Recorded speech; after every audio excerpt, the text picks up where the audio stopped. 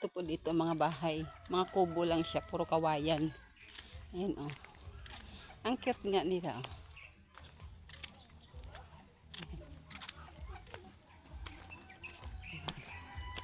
Puro kawayan.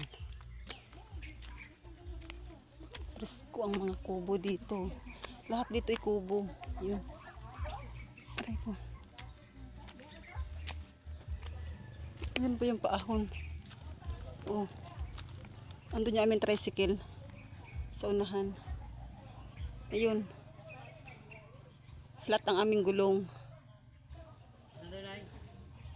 Wala pa. Flat ang aming gulong ng tricycle kaya nandun sa tuktok. Wala. Ayan. Ayan oh. Ang cute ng kubo dito oh. Ganyan lang sila. Puro kawayanan. Daming kawayan.